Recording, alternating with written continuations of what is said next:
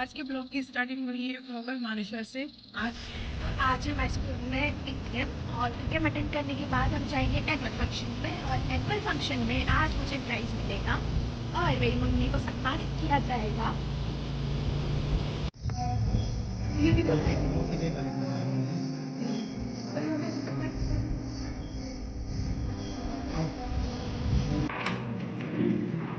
आज हमारा कार्तिक उत्सव है। आज का दिन हमारे लिए बहुत ही खास है और एक पर्व का दिन है।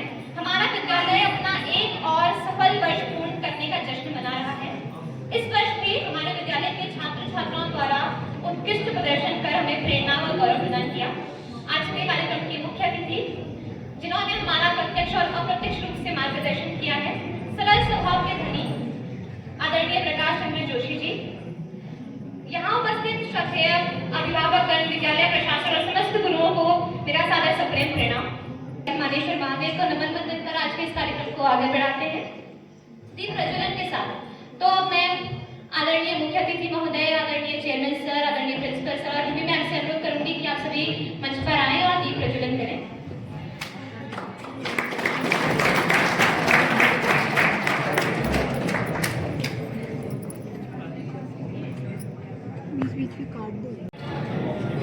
दीप प्रज्वलन इसलिए करते हैं क्योंकि ये केवल हमारी ताकि से जो उत्पन्न ऊर्जा है इस दीप से, वो हमारी गति को शुद्ध करे, हमें ज्ञान का मार्ग दिखाए।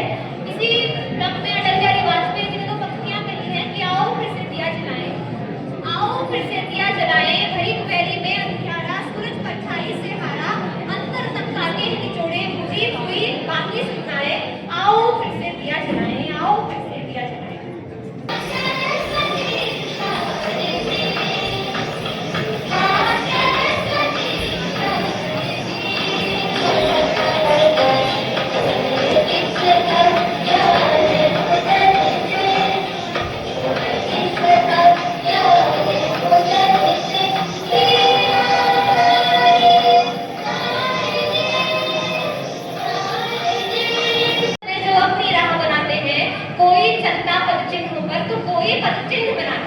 कोई चलता पदचिन्ह होकर तो कोई पदचिन्ह बनाते हैं। तो ऐसे हमारे कक्षा के छात्र छात्रा जिन्होंने अपने आदर्शों के पदचिन्हों पर चलकर अपना एक स्वयं का पदचिन्ह बनाया है, तो हम उनको आमंत्रित करना चाहेंगे।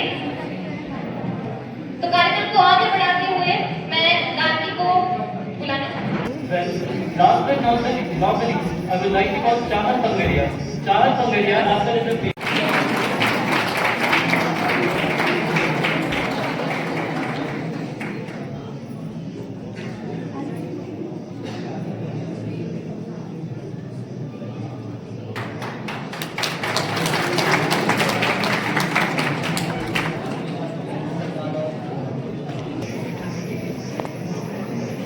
Please goes to Priyanshi Joshi.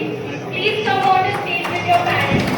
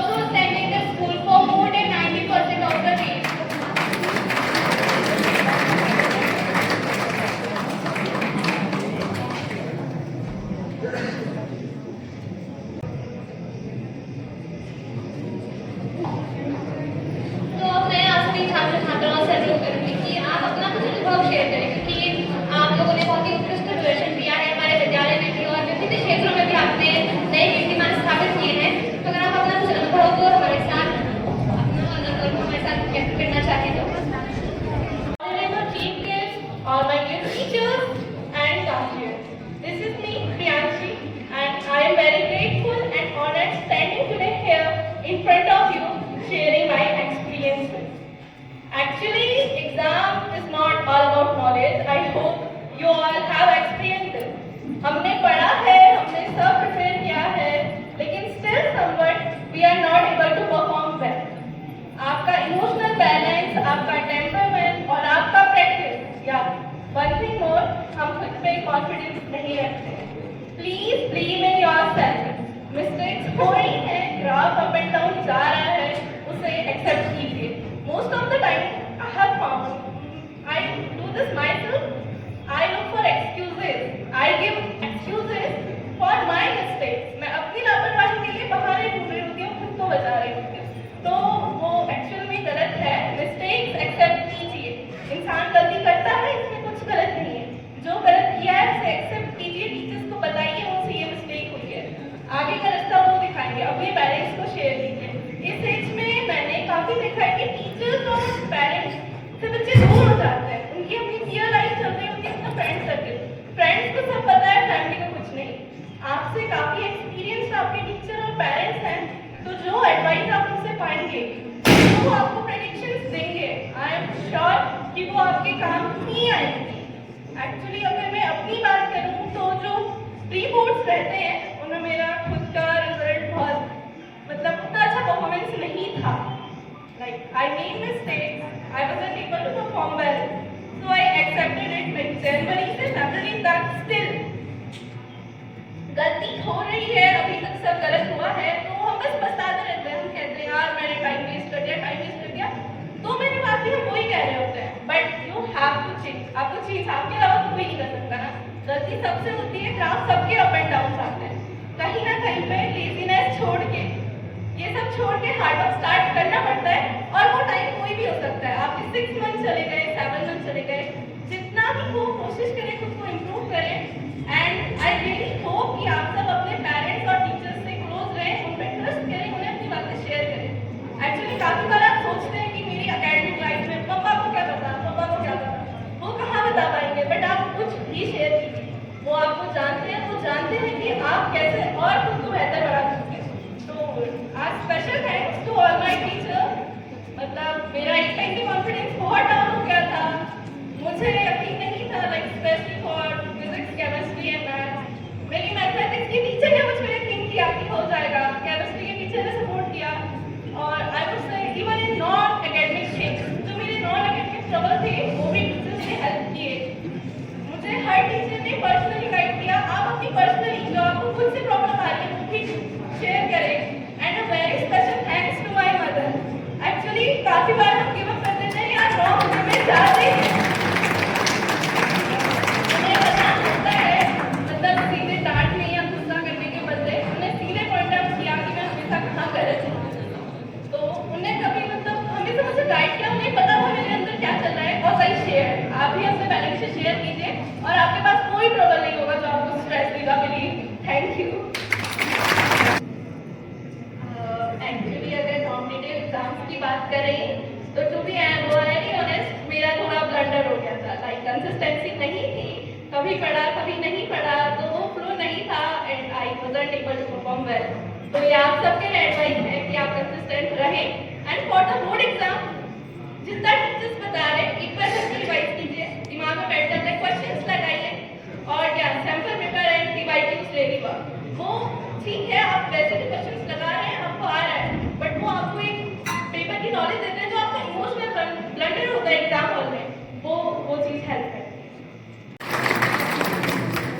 तो सबसे पहले तो बेसिकली बहुत लोग ये सोचते हैं कि जैसे क्वेश्चन था तो उन्होंने पूछा कि स्पोर्ट्स और कॉम्पिटिटिव के बीच में टाइम मैनेज कैसे किया। First of all they are not actually different, क्योंकि बेसिकली तुम यहाँ जो पढ़ते हो, बोर्ड्स पे जो पढ़ते हो, अल्टीमेटली तो कॉम्पिटिटिव में भी वही आना है तुम्हारा, राइट। बेसिक्स तुम्हारे दोनों जगह सेम ही रहने हैं। तो अगर बेसिक्स तुम्हारे बोर्ड्स में भी क्लियर नहीं होंगे तो you can not even do good in boards and competitive में भी नहीं।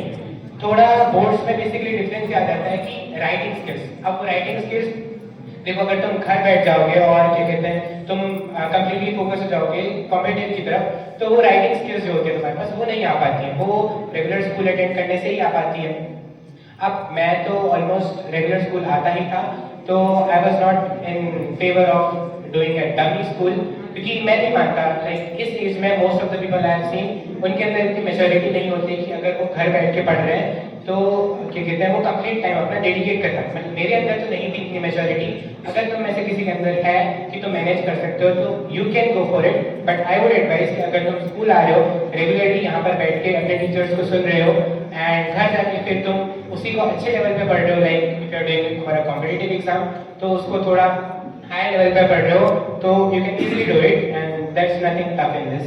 You have to make your mind set like कि I can do it and you will.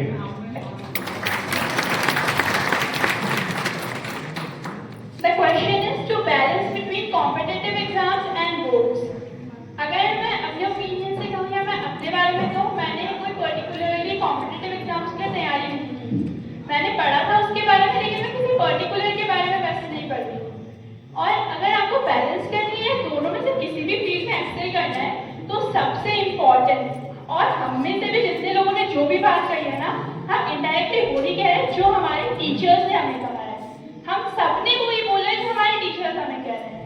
और ये चीज़ आपको कहीं ना कहीं तभी आएगी या आपको चीज़ें तभी पता चलेगी जब आप स्कूल आएंगे या फिर आप जहाँ भी जो भी क्लासेस या जो भी टीचर्स के पास जा रहे हैं आप उनको अच्छे से समझेंगे, उनको अटेंटिवली सुनेंगे और साथ ही साथ उनको अपनी लाइफ में भी आप उसको लागू करेंगे। तभी आप किसी भी कॉम्पिटिटिव एग्जाम्स या बोर्ड्स या कोई भी क्यों ना हो उसमें एक्सेल कर सकते हैं। टीचर्स नहीं, बहुत बार क्या हमेशा हमारे पेरेंट्स भी हमें कहीं ना कहीं चीज़ में मदद करते हैं। अगर आप कहीं भी गलत जा रहे होगे, कहीं आपको लग रहा होगा कि आपसे बैलेंस नहीं हो रहा या फिर आपको कुछ भी पूछना है, तो आप वो टीचर्स या पेरेंट्स से पूछ सकते हैं। आपके पेरेंट्स, आपके टीचर्स आपको करेक्ट और वो जो आपको पर्टिकुलरली अपने लिए पर्सनली माइंड में अगर कुछ भी चाहिए वो आपको एग्जैक्ट बना के देंगे। और कॉम्पिटिटिव एग्जाम्स हो या बोर्ड्स हो या कोई भी क्यों ना हो, आपके बेसिक स्ट्रॉन्ग होना सबसे ज़्यादा जरूरी है, जो आपको सुनने से, समझने से और साथ ही साथ वहाँ पे उस क्लास पे उस टीचर के सामने रिएक्ट करने पे भी मिलेगी। ऐसा नहीं है कि आपने सुन लिया, समझ लिया, वैल्यू खा ली और आपने कोई रिएक्शन नहीं दिया। ना ही आप कुछ प्रैक्टिस कर रहे हो, ना ही कुछ कर रहे हो, तो भी उस सुनने का, समझने का कोई फायदा नहीं होगा। आपको रिएक्ट भी करना पड़ेगा, अपने व्यूज अपने टीचर्स के सामने, अपने प्रैक्टिस में सब जगह लाने पड़ेंगे। Thank you. उसके बीच में जब तुम्हें ऐसा फील नहीं कर रहे हो और अगर तुम यहाँ फील कर रहे हो तो you are not enjoying studies, and if you are not enjoying studies then you have to find your interest first, उसी को फॉलो करो। एंड आई वांट सजेस्ट कि स्ट्रेस लेके अगर तुम पढ़ रहे हो तो वो पढ़ाई बेनिफिशियल नहीं हो सकती लॉन्ग टर्म के लिए। तो हालांकि थोड़ा बहुत होता है, जैसे अगर बहुत ज़्यादा तुम किसी चीज़ में इंटरेस्ट भी है तो बहुत ज़्यादा उसको कंटिन्यू करते करते थोड़ा बर्नआउट फील हो जाता है। तो ऐसे टाइम पे you can talk to your parents. If you are not very open to your parents, you can talk to your teachers और सम गुड फ्रेंड। और वो अगर फ्रेंड है तो ऐसा होना चाहिए जो आपको मोटिवेट करे, आपको डिमोटिवेट करने वाला फ्रेंड नहीं होना चाहिए। That's all. एंड ऐसे तो रिलैक्स कर सकते जी मैं वही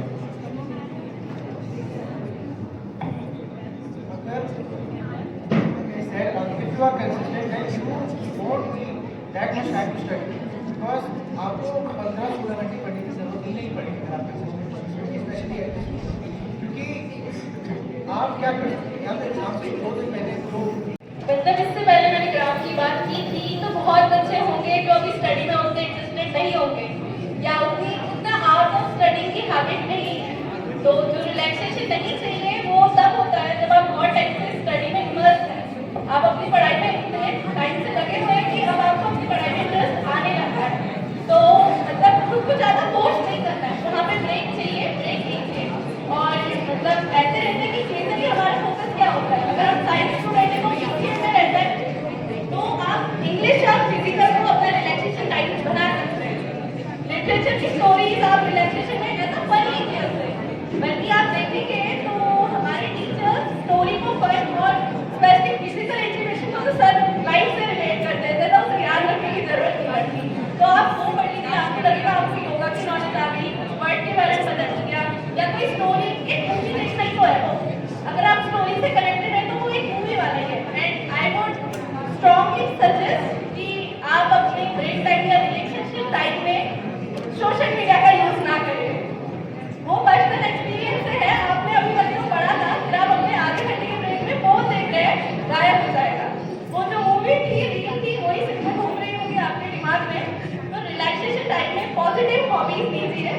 सोशल मीडिया जितना कम हो सके उतना करिए, क्योंकि फोन का एडिक्शन उसके बाद क्या करना थोड़ा मुश्किल हो जाता है। ब्रेक जरूरी है। आप घंटों घंटों बैठ जाएंगे लेकिन मन नहीं होगा। वो तब होता है जब आप बहुत टाइम से बढ़ते हुए आ रहे हैं, तो आपका स्टडी आवर्स बढ़ते जाएंगे।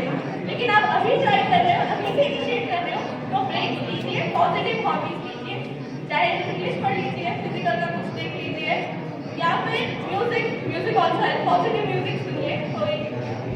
बट सोशल मीडिया को ऐसा ब्रेक के ऑप्शन में मम्मा ब्रेक ले रहा हूँ, थोड़ा सा फोन चला लूँ, थोड़ा कम कर दीजिए।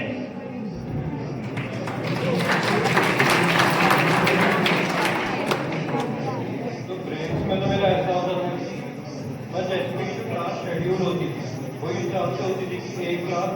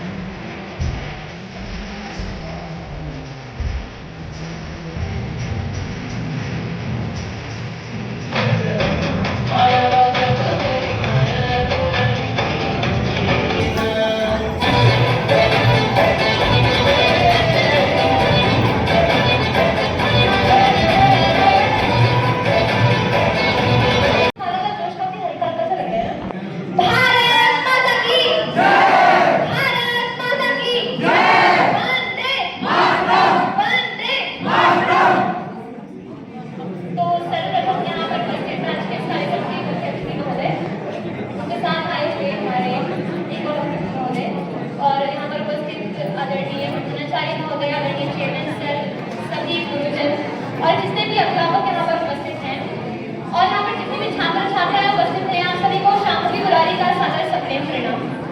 आप सभी का मैं पूरे विद्यालय परिवार की ओर से धन्यवाद करती हूँ कि आपने अपने इतने कीमती समय से कुछ समय हमारे विद्यालय के वार्षिक उत्सव में आने के लिए निकाला। आप सभी का बहुत बहुत धन्यवाद। और आज हमने देखा कि बहुत सारे कार्यक्रम हुए, सबने अपनी अपनी कला का प्रदर्शन किया, बहुत सारी चीज़ों का प्रदर्शन सबने किया। और हमारे जो सीनियर्स थे जिनका सिलेक्शन होना हमारे लिए भी एक अचीवमेंट है, हमारे लिए भी प्रेरणा का स्रोत है।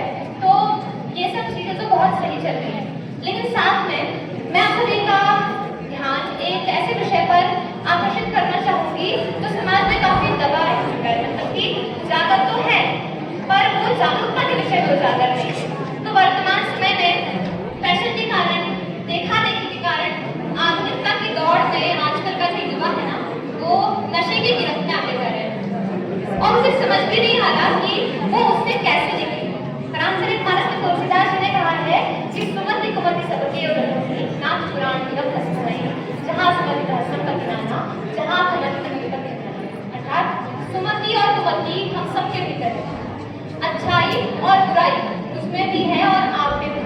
अब यह पूर्णता निर्भर ये करता है कि हम, मैं और आप अपने भीतर के राम का पोषण करते हैं या अपने भीतर के रावण का।